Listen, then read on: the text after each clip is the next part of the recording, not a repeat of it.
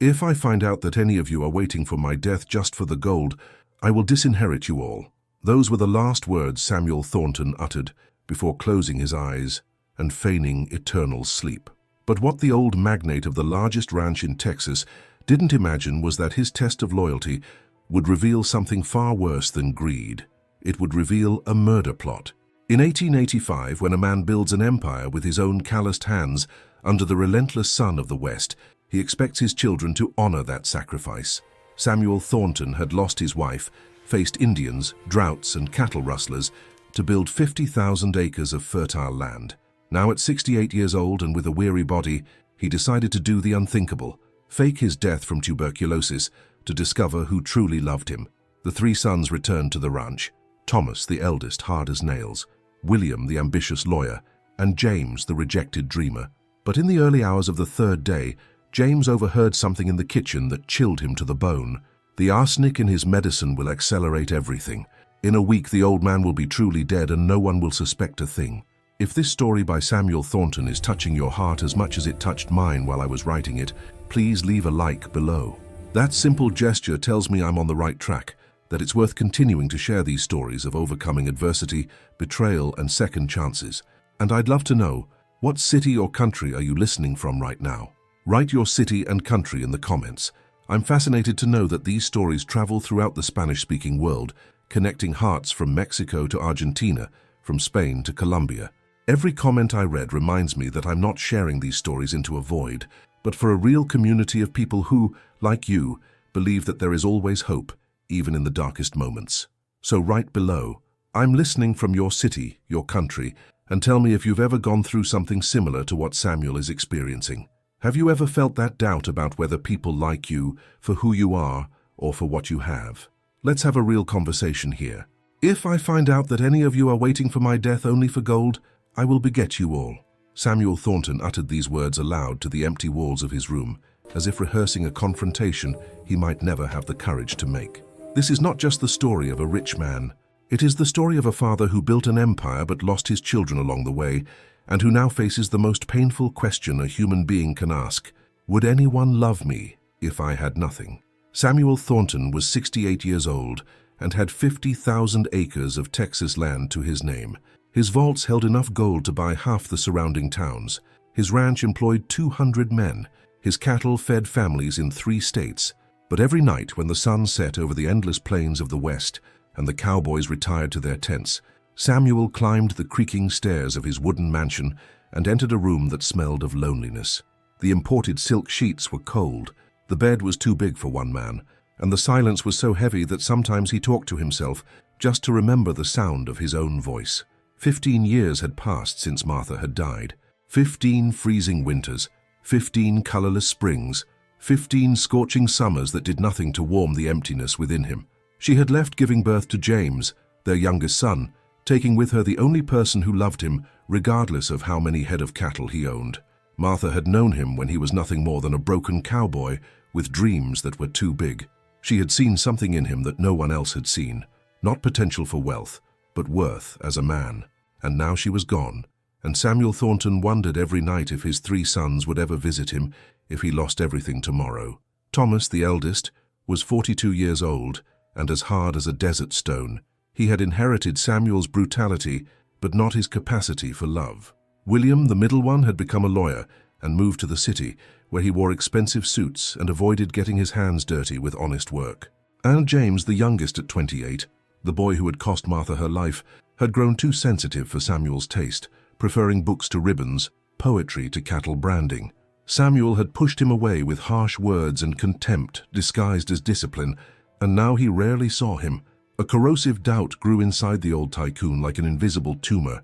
Did his children call when he didn't show up for Christmas dinners, or did they only notice the absence of expensive gifts?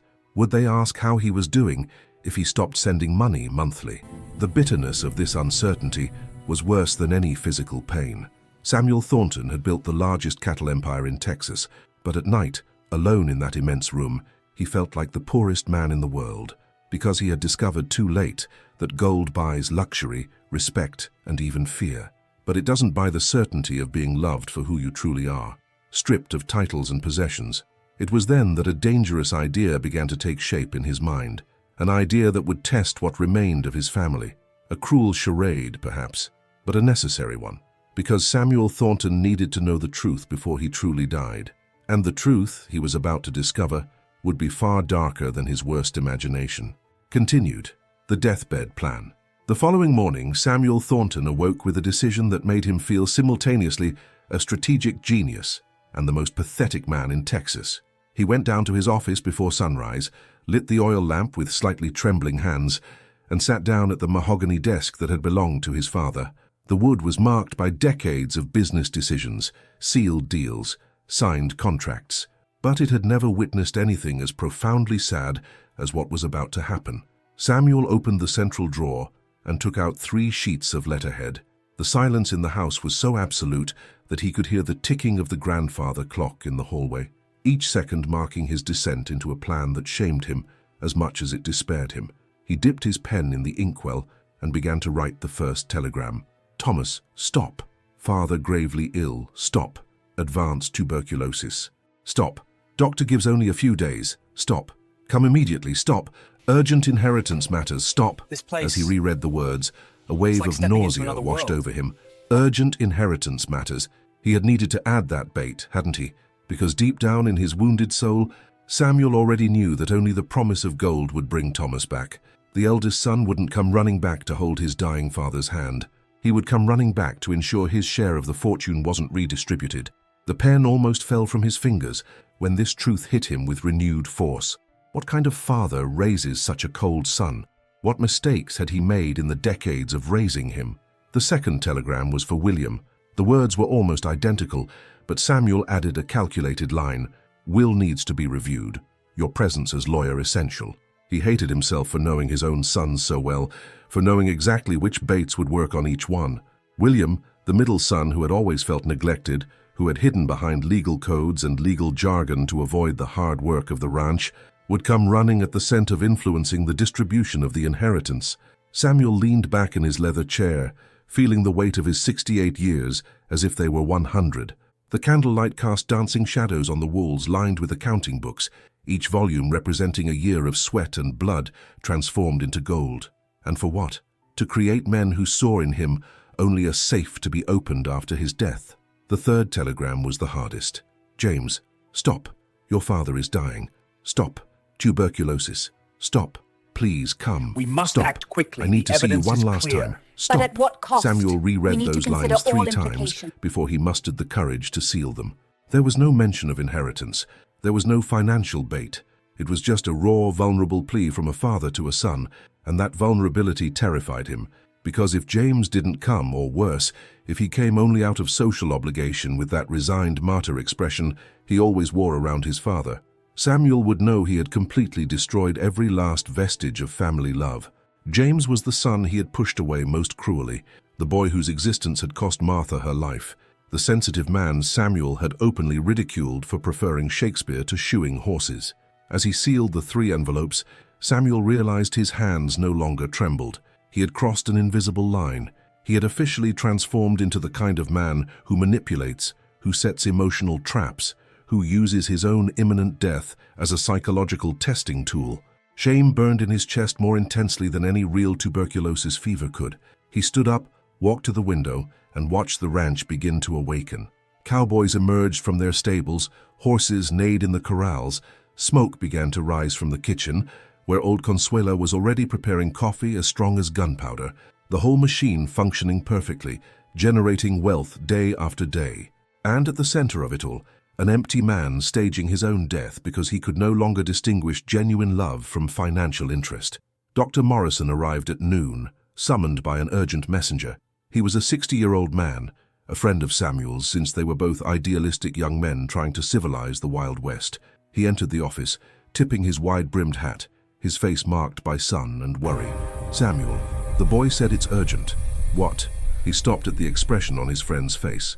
Samuel gestured to the visiting chair and poured 2 glasses of bourbon. Sit down, John. I need you to do something for me. Something that goes against everything you swore to as a doctor. Dr. Morrison accepted the glass but didn't drink, his eyes narrowing cautiously. Explain. And Samuel explained. Word for word, detail for detail, he described his plan to feign advanced tuberculosis, to bring the children under the false pretense of imminent death, to observe how they would behave when they thought he was on the verge of eternity. The doctor listened in silence, his face shifting between expressions, surprise, disbelief, compassion, and finally a profound sadness that mirrored Samuel's. When he finished, the silence in the room was as heavy as lead. "Doctor," Morrison finally downed his bourbon in one gulp and poured himself another. "Samuel Thornton, in 40 years of friendship, you've asked me for many things. But this," he shook his head, "this is cruel, for you and for them. More cruel than living in uncertainty," Samuel retorted, his voice breaking slightly. "More cruel than spending my last real years of life not knowing if I'm loved or just tolerated because of my money." He stood abruptly, turning to the window so his friend wouldn't see the tears threatening to fall. "I need to know, John. I need to know before I truly die if I've built a family or just a flock of vultures waiting for the right moment to devour my carcass." The metaphor was brutal but accurate. Dr. Morrison sighed heavily, the sound of a man acknowledging a lost battle. "And what if you find out the worst? What if it's confirmed they don't love you? Are you prepared to live with that truth?" Samuel turned, and for the first time in 15 years since Martha's death, allowed another man to see him cry. "No, but I need to know anyway." It was the most honest answer he'd given in years. The doctor reluctantly agreed to participate in the charade, but on one condition: if this gets out of control, if the situation becomes truly dangerous for you, physically or emotionally, I'll end this charade immediately. Samuel nodded in agreement, knowing he was probably lying to both of them, because once this test began, he would need to see it through to the end, no matter how painful it was. The telegrams were sent that afternoon, and then the waiting began. Samuel retired to his upstairs room, instructing Consuela and the trusted servants about his weakened state. Dr. Morrison made daily theatrical visits, always emerging with a grave expression and shaking his head at anyone who inquired. The news spread through the county like wildfire across the dry prairie. Samuel Thornton, the unwavering magnate, was dying, and as he lay in that oversized bed, feigning a weakness he did not yet possess, Samuel Thornton wondered if he wasn't in his suit, dying of a disease far worse than tuberculosis. He was dying of loneliness, of doubt, of regret for having built an empire of land and gold, but having failed miserably to build a home full of love. Comment here. Have you ever had to do something you were ashamed of just to discover a truth you needed to know? Thomas arrived first, 3 days after the telegram, galloping through the ranch's main gate as if he were running from creditors. Samuel watched him discreetly through the gap in the bedroom curtain, noting how his eldest son hadn't even dusted off his boots before entering. 42 years old, Thomas carried the same hard expression Samuel had seen in the mirror decades ago, before Martha had softened his edges. But where Samuel had learned to balance hardness with compassion through his wife's love, Thomas had developed only brutality without any temper. He burst into the house yelling for Consuela, demanding to know where the doctor was, what the exact diagnosis was, how long the old man had left. Not, "How is my father?" or "Can I see him?" Just cold clinical questions, the kind asked about cattle about to be slaughtered. William arrived the next day in a rented carriage, wearing a grey suit far too expensive for Texas and leather shoes that would never see horse manure. He carried a briefcase of documents and that air of superiority that city men wear when visiting places they consider inferior. Samuel pretended to sleep when William entered the room for exactly 45 seconds, looked around assessing the inventory, as if already calculating the value of each piece of furniture, and left without a word. Not a touch of his father's hand, not a moment of respectful silence, just a quick and efficient inspection of an asset about to be liquidated. Humiliation burned in Samuel's throat, but he kept his eyes closed and his breathing irregular, playing the role of the dying man with a perfection born of despair. James was the last to arrive, almost a week later, coming by train from the east, where he worked as a literature teacher at a school for merchants' children. Samuel heard the carriage stop at dusk and recognized the hesitant steps of his youngest son climbing the porch. Steps that carried weight, not of greed, but of something more complex that could be pain or guilt or perhaps a mixture of both. James entered the house, and Samuel heard his voice through the wooden floor, asking Consuela with genuine concern, "How is he? Is he suffering a lot? Is there anything I can do to help?" They were simple questions, but after the days of listening to Thomas and William, they sounded like heavenly music. Or perhaps they were just crumbs of affection, that Samuel, hungry for love, interpreted as a feast. That night, when the house finally fell asleep, Samuel lay awake in the darkness, the thin walls of the ranch transmitting every word of the conversation downstairs, as if whispered directly into his ear. Thomas was in the office with William and Helena, the wife Samuel had never approved of, for reasons that now crystallized into painful clarity. "How long did Dr. Morrison say he has?" Thomas's voice cut through the night silence like a knife. "Days. A week at most," William replied, with that lawyerly precision Samuel once admired but now despised. "Good, because I already have buyers interested in the land to the south, cowboys from Wyoming willing to pay gold for those pastures." Samuel felt a physical nausea rise in his throat. Buyers. He already had buyers. The man was still breathing, and his eldest son was already auctioning off pieces of the empire that had cost blood and decades to build. Helena laughed, a sharp, mercenary sound. "Finally, we'll be able to move to San Francisco. I'll never have to pretend I like this miserable place of dust and cattle again." The revelation that his daughter-in-law, who had accepted his hospitality for 15 years, who had eaten at his table and slept under his roof, hated every brick of the ranch was like a punch to the gut. But worse was yet to come.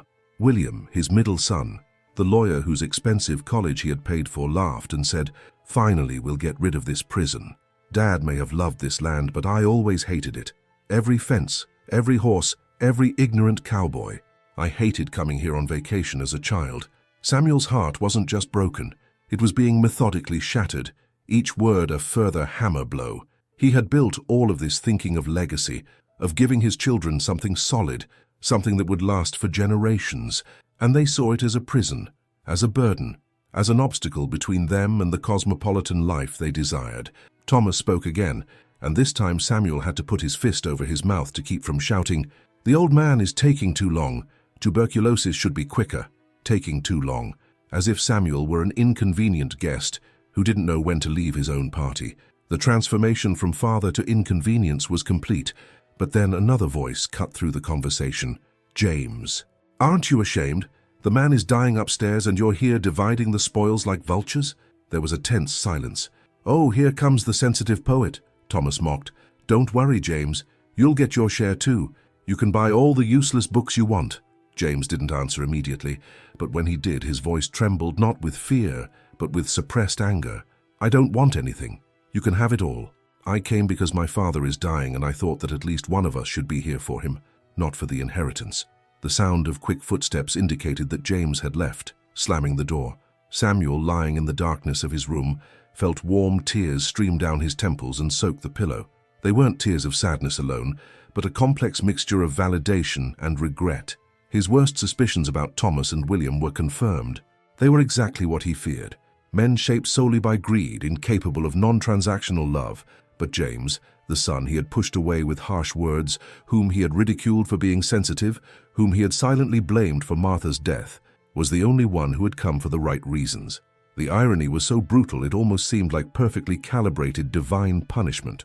Samuel had spent decades favoring Thomas for his strength, respecting William for his education, and despising James for his vulnerability. And now he discovered that everything had been reversed. Over the following days, the pattern repeated itself. Thomas and William spent hours in the office taking inventory, discussing values, planning sales. They would briefly go up to Samuel's room, ask mechanical questions about the will and documents, and then come back down. But James would sit in a chair beside the bed for hours, sometimes reading aloud, sometimes just sitting in respectful silence. He would bring fresh water unasked. He would adjust the pillows. He would open the window when the room became stuffy. Small gestures of care that had nothing to do with inheritance and everything to do with basic humanity that Samuel, in his blind pride, had never recognized in his youngest son. And with each small gesture, the pain of regret grew in the old Tycoon's chest like an emotional tumor. He had wasted years, he had wasted chances, and now, pretending to be dying, he was discovering truths he should have sought while there was still time to fix things. On the third night, James brought in a worn, leather-bound book and asked hesitantly if Samuel would like him to read something. The old Tycoon, maintaining the charade, merely nodded weakly, expecting some tedious religious text about redemption and death. But James opened the book to a marked page and began to read poetry. Not just any poetry, but the verses of Walt Whitman, that Martha used to recite while combing her hair by candlelight decades ago. James's voice was soft but clear, and the words flowed with a musicality that made Samuel squeeze his eyes shut tighter to hold back tears that were not part of the act. I sing the electric body. The armies of those I love surround me and I surround them. James couldn't know that these were Martha's favorite verses. Samuel opened his eyes discreetly through half-closed eyelids and observed his youngest son. James was 28 years old but looked younger, with that thin face that had never developed the hardness of his older brothers. His fingers, long and stained with pen ink instead of rope calluses, turned the pages reverently. There was something of Martha in him, Samuel realized now, not just in the preference for words over brute action, but in the fundamental gentleness that emanated from every gesture. How had he not seen this before? How had he confused kindness with weakness all these years? The answer hurt more than any truth he had ever discovered, because Samuel Thornton had been shaped by a West that had no room for sensitivity, where men buried emotions deeper than their dead, where tears were shame and poetry was a waste of time. Night after night, the ritual repeated itself. James would appear after dinner, when Thomas and William were already drunk and arguing about the division of property, and he would sit beside his father's bed.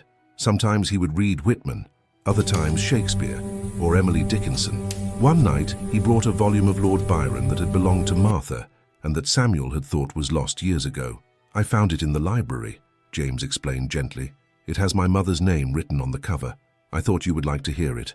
And at that moment, Samuel understood something profound. James was not just the son who had survived the birth that had killed Martha. He was the son who honored her memory in ways that Samuel never knew how to. While Samuel had buried the pain and become harder, James had carried his mother with him through books, words, and the sensitivity that everyone ridiculed. The bitterness James carried was visible in the pauses between the verses, in the way his voice faltered in certain passages, in the way he looked at his father, waiting for some sign of approval that never came. Samuel remembered now, with cruel clarity, all the times he had ignored James at family gatherings, favoring Thomas with praise for his strength and skill with horses. He remembered mocking him when James, at 15, announced he wanted to be a teacher. Her teacher. Samuel had laughed bitterly. Real men build, they don't talk. James had lowered his eyes that day, and Samuel had never noticed how deeply those words had cut.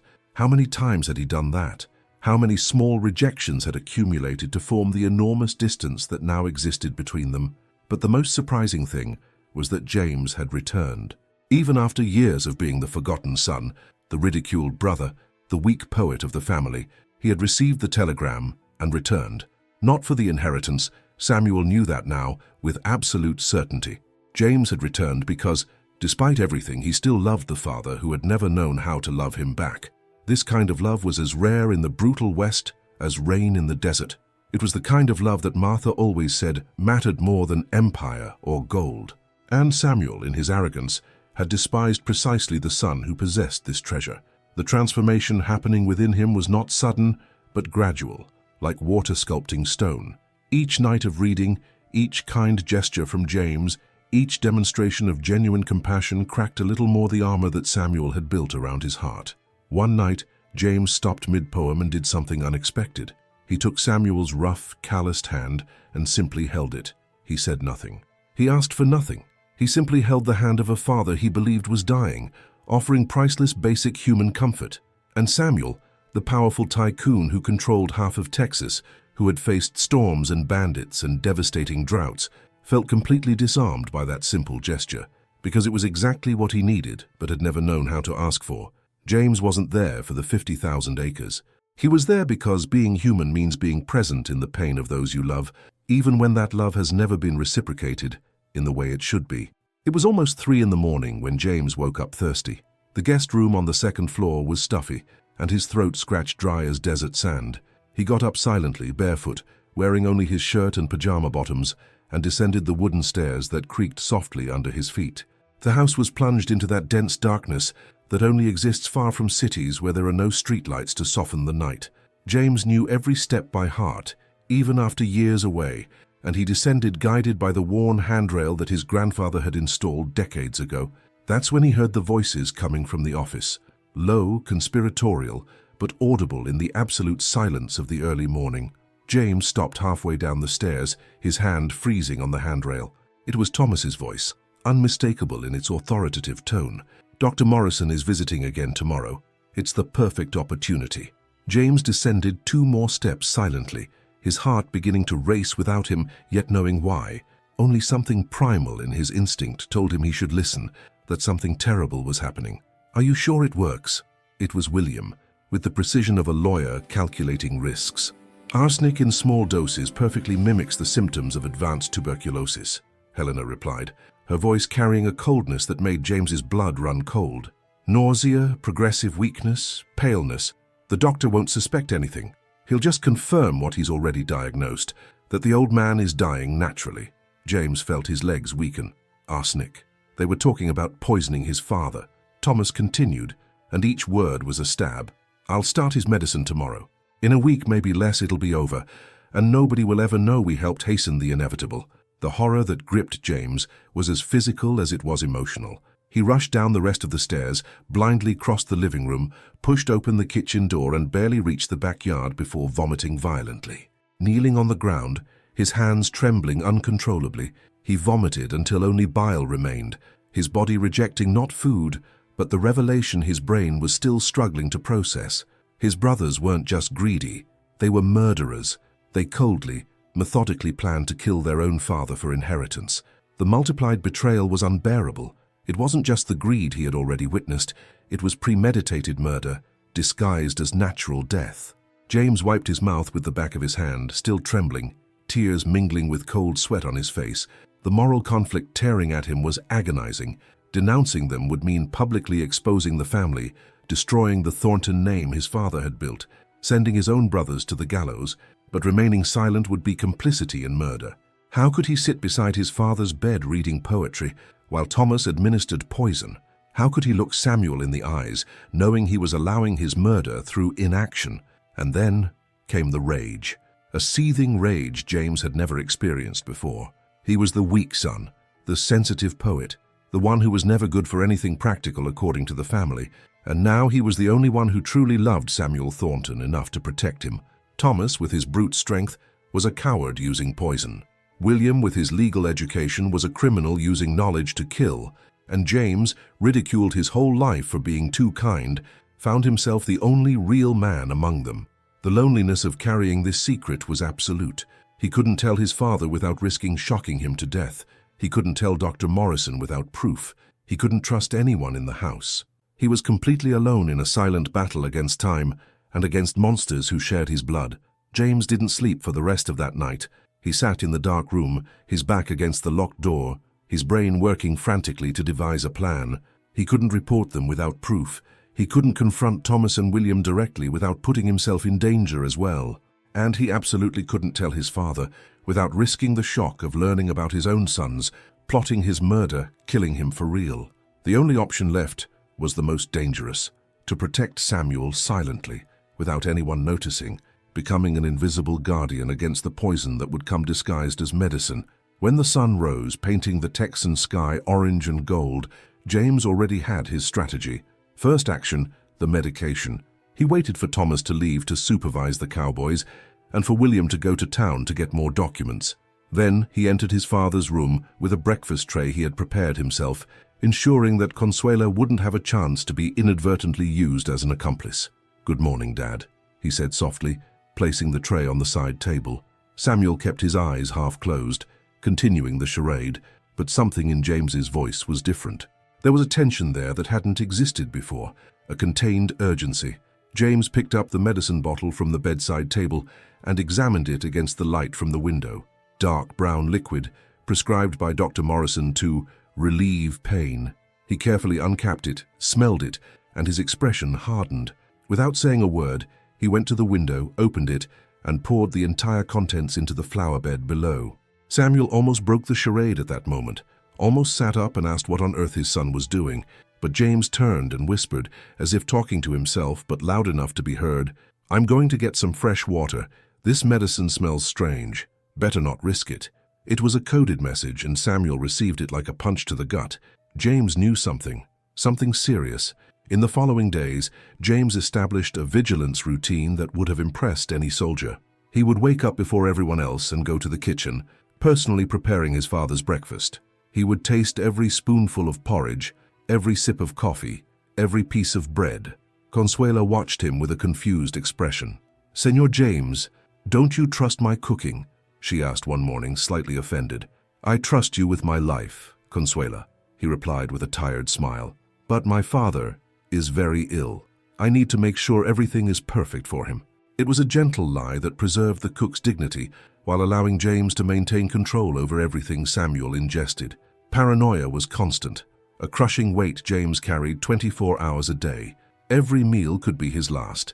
Every new remedy Thomas insisted on bringing, recommended by a San Francisco specialist, was immediately replaced by James with harmless tinctures he discreetly bought at the town pharmacy. He slept a maximum of 2 hours a night, always waking at the slightest noise, mentally running through scenarios of how his brothers might try another approach.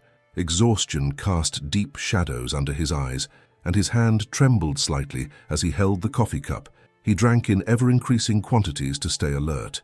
Thomas and William noticed James's constant presence in their father's room, but interpreted it as expected. "The sentimental poet, keeping vigil," Thomas mocked one afternoon. "You've always been weak for this stuff of death and illness," William agreed with a cruel laugh. "Let him play the devoted son. It makes our lives easier if he's upstairs reading poems while we take care of the real business." They didn't realize that the devoted son was actively sabotaging their every attempt. When Thomas brought a new bottle of medicine that Dr. Morrison forgot to leave, James swapped it for colored sugar water. When Helena suggested a special soup that would help strengthen the sick man, James tasted it first and discreetly replaced it with one that Consuela had made under his supervision. The transformation happening within James was profound.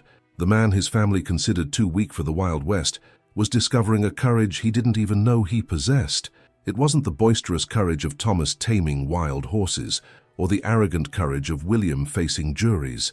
It was the silent courage of one who chooses the difficult path when it would be easier to flee. It was the courage of unconditional love that protects even when unrecognized, that fights invisible battles without expectation of glory. James was becoming the warrior his father had never recognized in him. Only his weapons were constant vigilance, the sacrifice of sleep, and a fierce love that would not allow murder, even if it meant destroying himself in the process. And Samuel noticed. Oh, how he noticed. Lying in that bed, supposedly on the verge of death, the old magnate watched his youngest son's every move through half-closed eyelids. He saw how James tasted each food before bringing it to him. He noticed how the medicine bottles mysteriously changed color and consistency. He perceived the deep, dark circles under his eyes, the hands trembling with exhaustion, the constant tension in James's body, like a violin string stretched too tight. Something was happening, something terrible. And his son, whom he had despised for being too sensitive, was waging a secret war that Samuel didn't fully understand, but sensed deep down. On the morning of the 12th day, Samuel sent a message through Consuela. All the children should be in the office at 3 in the afternoon for the official reading of the will. Dr. Morrison said I need to settle these matters while I still have the strength, the message said. Thomas arrived punctually, William 15 minutes early with his briefcase of documents, Helena dressed in black as if morning had already begun. James entered last, his dark circles even deeper, his hands trembling with the accumulated exhaustion of almost 2 weeks without adequate sleep. He positioned himself strategically near the door of the room where he supposed his father was dying.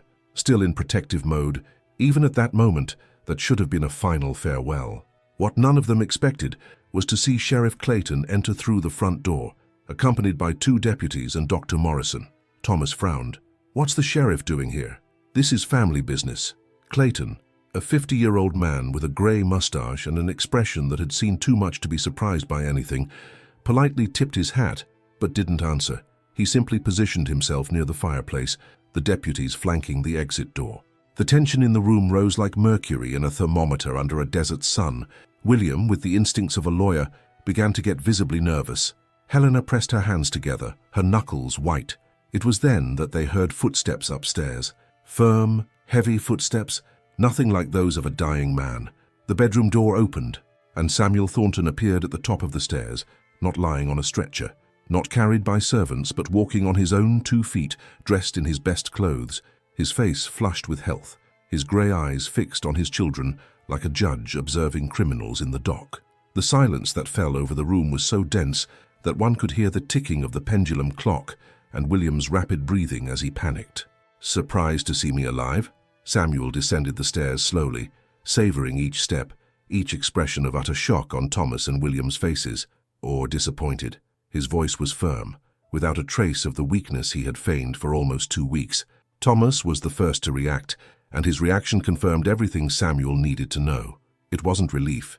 It wasn't joy at seeing his father recovered. It was pure terror, the kind of terror only guilty people feel when they realize they've been discovered. "Dad, we thought," he stammered, something Samuel had never seen his tough son do in 42 years of life. Samuel walked to the center of the room and turned to face them. The satisfaction he felt at seeing the panic on their faces was not sweet.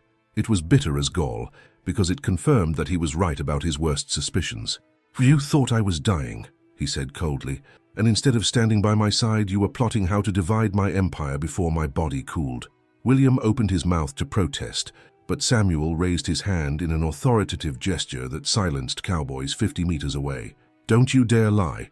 I heard every word through the thin walls of this house. Every conversation about selling my land, every laugh about finally getting rid of this prison of dust and cattle." Helena tried to move toward the door, but the deputies blocked her exit. She was trapped, and the realization of this painted her face a ghostly white. Samuel continued, each word a sentence. "But hearing you wish for my quick death was just common greed. What you tried to do afterward was murder." The word fell like a hammer. Thomas shook his head violently. "I don't know what you're talking about." But his voice cracked, and men who lie badly convince no one. Samuel walked until he was inches from his eldest son. "Arsenic, Thomas. Arsenic in the medicine. You planned to poison me slowly so that it would look like the natural progression of the disease." The public accusation, with the sheriff present, meant not only family shame but real criminal consequences. William, always the quickest to calculate escape routes, began to back away. "You have no proof. No judge would believe you." Samuel smiled humorlessly. "No proof? Dr. Morrison, please." The doctor opened his briefcase and took out 3 vials. "This is the original medicine I prescribed. This is the vial we found in Mr. Thornton's room after James secretly sought me out 3 days ago. And this is the vial Thomas brought, saying it was from a specialist in San Francisco." He shook the 3rd vial. "I tested the contents in my laboratory. It contains enough arsenic to kill a man in a week of regular doses." Sheriff Clayton approached Thomas in handcuffs. "Thomas Thornton, you are under arrest for attempted murder." The eldest son, the one Samuel had raised to be strong and fearless, crumbled like a house of cards. "It was her idea," he shouted, pointing at Helena. "She said it would be easy, that no one would find out." The cowardice of blaming his wife was the final straw. Samuel felt not anger, but a deep and irremediable sadness. He had created this. That cowardly man who planned patricide and then tried to blame others was a product of his failures as a father. William didn't wait to be arrested. He grabbed his briefcase and ran out the back door before the deputies could react, disappearing into the Texas afternoon like the coward he had always been beneath the veneer of politeness. Helena tried the same, but was detained, screaming hysterically about injustice and conspiracies. Amidst the chaos, Samuel finally looked at James. His youngest son was leaning against the wall, looking like he was about to collapse from exhaustion, but with an expression of relief so intense it was almost pain. Samuel walked over to him and, for the first time in 28 years, hugged James. He really hugged him, squeezing him tightly as he should have done thousands of times and never had. "You knew," Samuel whispered against his son's hair. "You figured out their plan and protected me all by yourself." James trembled in the embrace and then began to cry, not delicate tears but deep sobs of someone who had held back absolute terror for too long. "I was so afraid I wouldn't make it, Dad. So afraid they would find a way I couldn't stop." The first tears Samuel had shed since Martha's death flowed at that moment. Tears of devastating gratitude for being alive. Tears of shame for having despised the only son who had proven unconditional love. Tears of mourning for everything he had lost by being blind for decades. "You are more of a man than your brothers ever were," he said in a broken voice. "I was wrong about you. Wrong about everything." And in that embrace, with the sheriff leading Thomas away in handcuffs, with Helena's screams echoing, with William fleeing like the criminal he was, Samuel Thornton finally understood the lesson that had cost him almost his life to learn. True strength lies not in muscles or toughness, but in loving when it would be easier to hate, in protecting when it would be safer to flee, in forgiving when it would be more just to condemn. The days that followed Thomas's arrest and William's cowardly escape were strange, almost unreal. The Thornton ranch, always noisy with barred orders and the clatter of horses' hooves, plunged into a contemplative silence. Samuel and James spent hours on the porch, sitting in rocking chairs that creaked softly, watching the sunset paint the Texas plains orange and purple. They talked about everything they had never talked about before, about Martha, and how Samuel had loved her but never learned to show affection after she left, about the years of rejection James had endured, and how each harsh word from his father had been etched like an invisible scar, about regrets that weighed more than gold. "Why did you come back?" Samuel asked one afternoon, his voice still carrying the shame of already knowing he didn't deserve the answer. James remained silent for a long moment, his eyes fixed on the horizon where the sky met the earth. "Because you're my father," he finally answered, with devastating simplicity. "And a son's love isn't something you earn through merit. It's something that simply exists, even when it hurts, even when it's not reciprocated." Samuel closed his eyes, letting those words wash over him like rain on parched earth. He had spent his entire life believing that everything needed to be earned, deserved, proven, and his youngest son had just taught him that the most valuable things in life are those that exist unconditionally. A week later, Samuel summoned the town notary and rewrote his will in the presence of Dr. Morrison and Sheriff Clayton as witnesses. The lands, the cattle, the gold chests, everything would pass to James, not through vengeful exclusion of his other sons, but through recognition of merit. "James Thornton," he dictated to the notary, "has demonstrated the one quality that no amount of money can buy: integrity of character. He risked everything to protect a life, expecting nothing in return. He is the only worthy heir to the legacy I built, not for the lands or gold, but for the responsibility to use them honorably." When the document was signed and sealed, Samuel felt not triumph, but a profound melancholy mixed with fragile hope. His empire would survive, but forever stained by the betrayal of two sons. However, in the right hands it could be redeemed. James didn't want it. For days he argued that he didn't need an inheritance, that he would return to the East and his simple life as a teacher. "I don't understand how to manage ranches, Dad. I don't know how to command cowboys or negotiate cattle." Samuel held his son's shoulders firmly and said the words he should have said decades ago. "I was wrong about you, James. All your life I mistook your sensitivity for weakness, but you are more of a man than your brothers will ever be, because being a man isn't about brute force or toughness. It's about loyalty when no one is watching. It's about doing the right thing when the wrong thing would be easier. It's about loving without expecting reward." Tears streamed freely down Samuel's aged face now, without shame. "You have something Thomas and William never had, an upright heart. And that's the only quality that truly matters in building something that lasts." The healing between them was slow, built brick by brick, through honest conversations and mutual vulnerability. Samuel shared his own wounds, how he had grown up in a West that didn't allow weakness, how he had buried his emotions so deep after losing Martha that he had forgotten how to dig them up. James, in turn, forgave, not because his father deserved forgiveness, but because carrying resentment would only add weight to a journey that had already been too heavy. "You did the best you knew how with the tools you had," James said one night. "I'm not going to waste the years we have left together blaming you for the years we lost." And in that forgiveness, Samuel found something that gold could never buy: peace. 5 years passed like water in a Texas river. James took over the ranch and transformed it in ways that surprised even the most skeptical cowboys. He implemented fair wages when other ranches still exploited workers. He built decent homes for the employees' families. He opened a small school where cowboys' children learned to read and write, because James believed that education was the only real way to break cycles of poverty. The ranch prospered, not despite these changes, but because of them. Men worked better when treated with dignity. Samuel watched everything from the porch, now truly aging, and felt a pride he had never experienced even in his wealthiest days. It was on a spring morning, with wildflowers covering the fields, that Samuel awoke, knowing it would be his last day. He called James, who came immediately, and asked to be taken to the veranda one last time.